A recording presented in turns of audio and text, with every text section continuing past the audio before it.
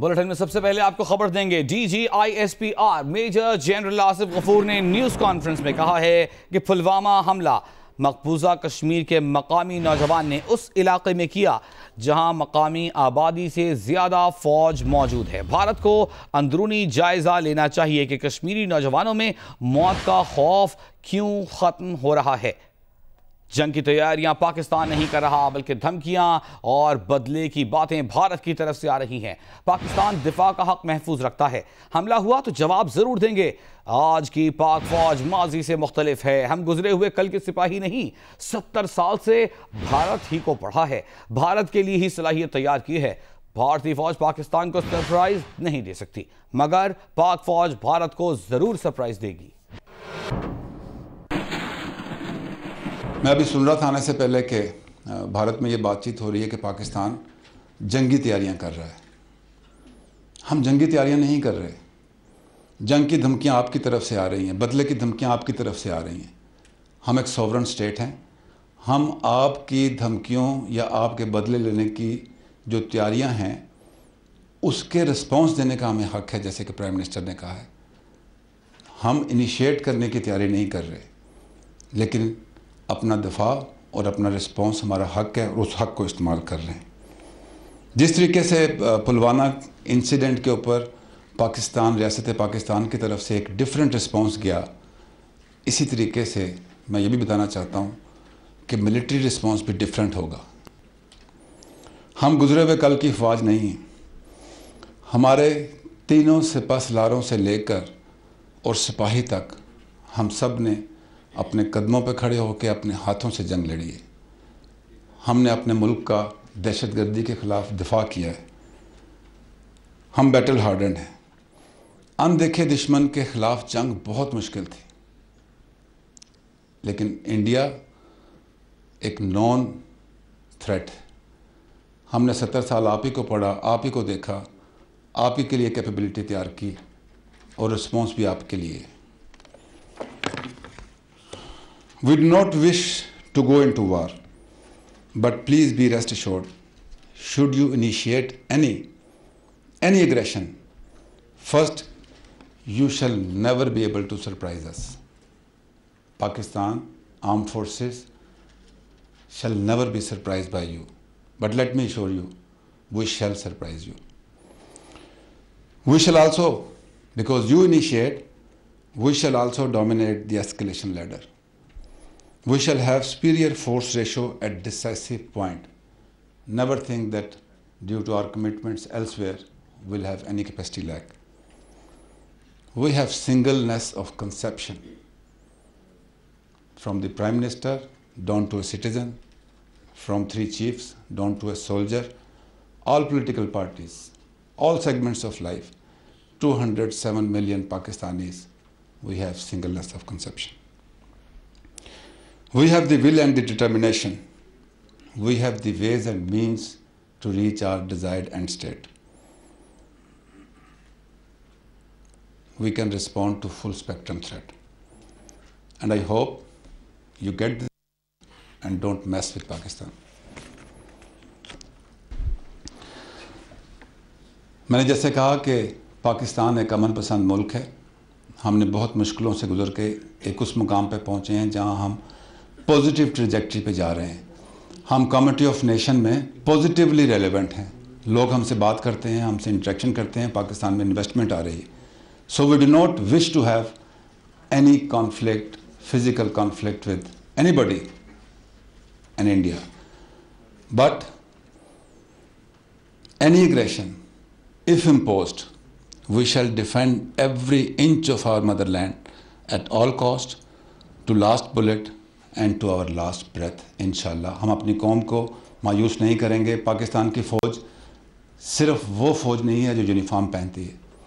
When it comes to Pakistan, 207 million Pakistani are the armed forces of Pakistan. کوئی political party نہیں، کوئی segment of life نہیں۔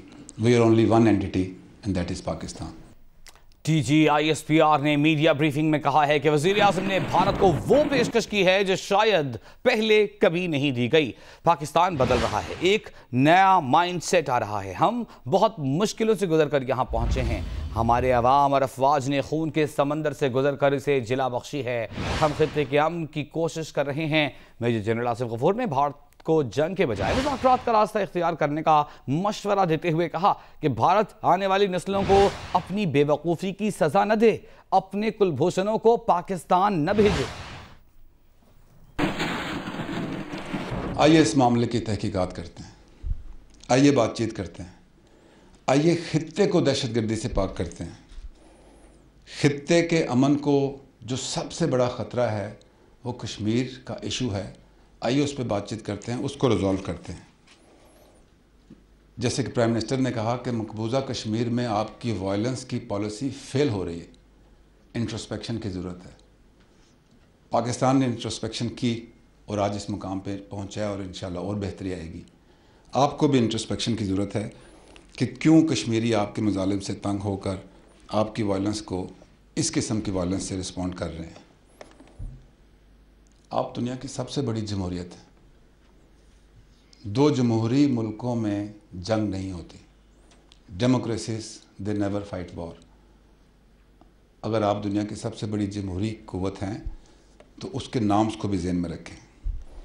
آپ secular ملک ہیں تو پھر ایسے حالات کیوں پیدا ہوں کہ جو منارٹیز ہیں ان کو ہرٹ کیا جائے۔ پلوامہ واقعہ کے بعد مقبوضہ کشمیر میں کیا ہوا، جو انڈیا میں مسلمان ہیں اور جو کشمیری ہیں ان کے ساتھ کیا ہوا۔ دس از ناٹ بینگ سیکولر۔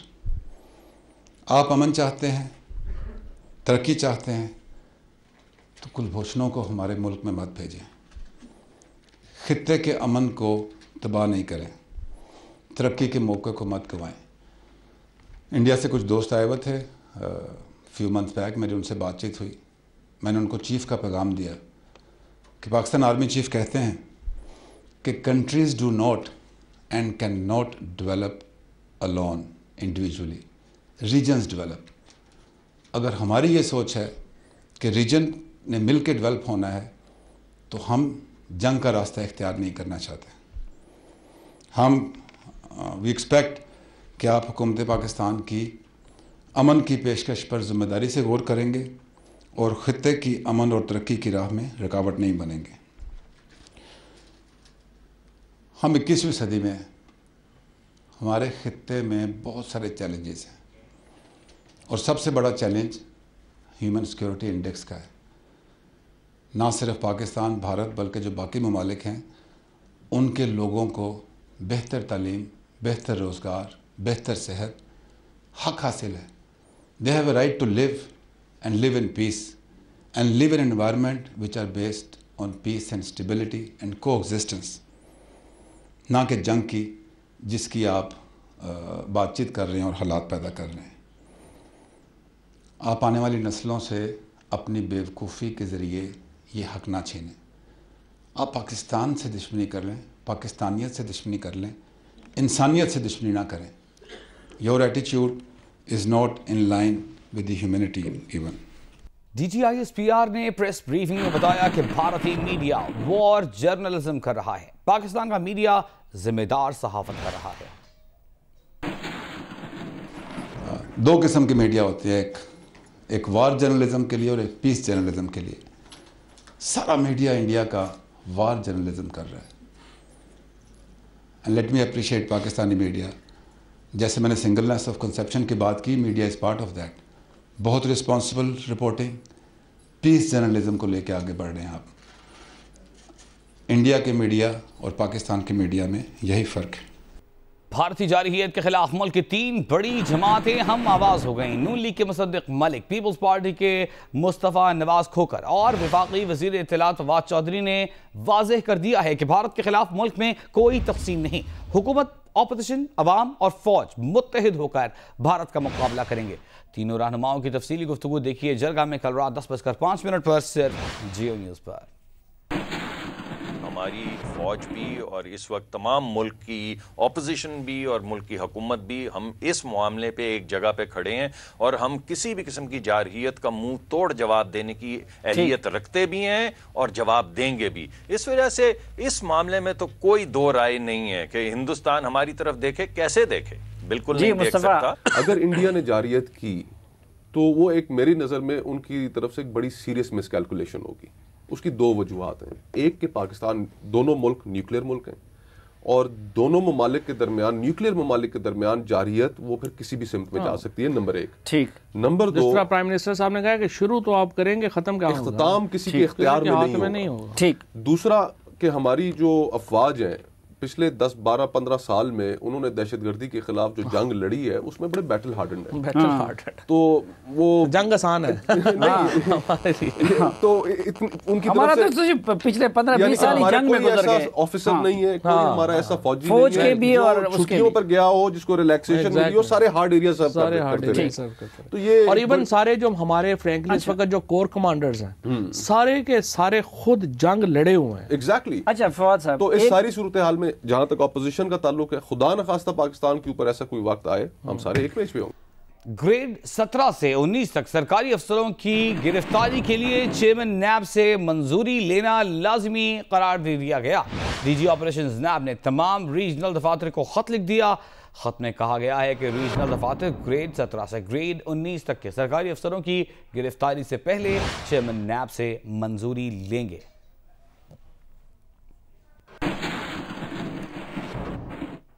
وزیر اعظم عمران خان نے اپوزیشن کو تنقید کا نشانہ بناتے ہوئے کہا ہے کہ 3 بار وزیر اعظم بننے والے نواز شریف کے بیرون ملک علاج پر قوم کے 28 کروڑ روپے خرچ ہوئے. عمران خان راجن پور میں صحت کارڈ کے اجراء کی تقریب سے خطاب کر رہے تھے. انہوں نے کہا کہ اپوزیشن جتنا چاہے شور مچائے، ہم کسی کو نہیں چھوڑیں گے، ایک ایک کا احتساب کریں گے. نواز شریف وہ کہتا ہے کہ یا مجھے جیل دو یا برطانیہ باہر بھیجو علاج کروانے کے لیے، کیونکہ پاکستان کے ہسپتال ہی ٹھیک نہیں اس کے لیے. نواز شریف جو پرائم منسٹر تھا 3 دفعہ 28 کروڑ روپیہ اس کے باہر کے علاج پہ اس قوم کا خرچ ہوا. کوئی طاقتور ڈاکو مجھے جیل میں نہیں نظر آیا، اور جب میں اسمبلی میں ہوتا تھا تو اس میں بڑے بڑے طاقتور ڈاکو مجھے نظر آتے تھے. وہاں طاقتور ڈاکو کو پکڑتے ہیں، سارے اسمبلی میں اکٹھے ہو جاتے ہیں، جی جمہوریت خطرے میں آ گئی ہے. اچھا جو پکڑا جاتا ہے بڑا ڈاکو وہ نیلسن منڈیلا بن جاتا ہے، اس کو نعرے مار ایسے ایسے کر کے جا رہا ہوتا ہے. اس نے پکڑا، ابھی سندھ میں پکڑا، ادھر شہباز شریف صاحب ایسے جا رہے ہیں جیسے کہ پتہ نہیں وہ کشمیر فتح کر کے جا رہے ہیں جیل کی طرف. ادھر نواز شریف ہر روز اس کی ہم ٹی وی پہ دیکھتے ہیں، 7 لوگ نعرے مار رہے ہیں. کرپشن کی جو یونین بنی ہوئی ہے، کرپشن کا جو پوری ایک ٹولہ بنا ہوا ہے، جمہوریت بچانے کے نام پہ اپنی ساری چوری بچانے کے چکر میں ہیں. میں آج آپ ساروں کو میں چیلنج کرتا ہوں، آپ جو مرضی کر لیں، جتنا مرضی شور مچائیں، ہم نے ایک ایک کا احتساب کرنا ہے. ایک ایک کا احتساب کرنا ہے ہم نے. عثمان آپ نے گھبرانا نہیں ہے، جو آپ کے اوپر پوری کیمپین چلاتے ہیں لوگ، آپ کا جو مقابلہ کرواتے ہیں شہباز شریف سے. عثمان بزدار جانتا ہے کہ پاکستان کے ہسپتالوں کا کیا حال ہے، کیونکہ اس کا اپنا علاج اس کے خاندان کا ان ہسپتالوں میں ہونا ہوتا ہے. مسلم لیگ نون کی ترجمان مریم اورنگزیب نے وزیر اعظم عمران خان کی تقریر پر رد عمل دیتے ہوئے کہا ہے کہ عمران صاحب آپ نے آج ثابت کر دیا کہ آپ کنٹینر کے وزیر اعظم ہیں، پارلیمنٹ کے وزیر اعظم نہیں. آپ اس لیے بوکھلاہٹ کا شکار تھے کہ آپ اس منصوبے کے سامنے کھڑے ہو کر تقریر کر رہے تھے، وہ بھی نواز شریف کا تحفہ ہے. عمران صاحب آپ نواز شریف کے بارے میں بات کر کے ہر بار اپنا قد بڑھانے کی کوشش کرتے ہیں. نواز شریف کا مقابلہ کرنے کے لیے پہلے سچ بولنا اور پھر منتخب وزیر اعظم بننا پڑتا ہے. پاکستان کے عوام نے نواز شریف کو 3 بار وزیر اعظم منتخب کیا، وہ آپ کی طرح سلیکٹڈ وزیر اعظم نہیں. مریم اورنگزیب نے کہا کہ اپنی کابینہ کو جھوٹ اور صرف جھوٹ بولنے کا درس دینے والا جھوٹ کے سوا کچھ نہیں بول سکتا. آپ کی کمزرفی اور ذہنی پستی کا یہ عالم ہے کہ آپ نے آج حمزہ شہباز کی 2 ہفتے کی بیٹی کی زندگی اور صحت پر سیاست کی. افسوس کہ نااہل اور نالائق وزیر اعظم عمران خان کے پاس نواز شریف، شہباز شریف اور شریف خاندان کے علاوہ بولنے کے لیے اور کچھ نہیں. جیسے جیسے شہباز شریف عدالتوں سے سرخرو ہو رہے ہیں، عمران خان ویسے ویسے پاگل پن کی طرف جا رہے ہیں. اس وقت آپ کے لیے چلیں گے سندھ اسمبلی کے باہر، جہاں مرتضیٰ وہاب میڈیا سے گفتگو کر رہے ہیں. سمجھتا ہوں یہ بہت بڑے سوالوں کو جنم دیتا ہے، اور کل اسی وجہ سے ہماری پارلیمانی پارٹی کے اجلاس کے بعد جب وزیر اعلیٰ صاحب نے پریس کانفرنس کی تھی تو بجائے اس کے کہ وزیر اعلیٰ صاحب کوئی بڑی بات کرتے، وزیر اعلیٰ صاحب کوئی الزام تراشی کرتے، انہیں مناسب یہ سمجھا کہ چیئرمین نیب جاوید اقبال صاحب ایک لا نوئنگ پرسن ہے، معزز سپریم کورٹ کے ایک قابل احترام جج رہے ہیں، اسی لیے انہوں نے ان کو بڑی مؤدبانہ گزارش کی کہ خدا را اس پورے واقعے کا نوٹس لیجئے۔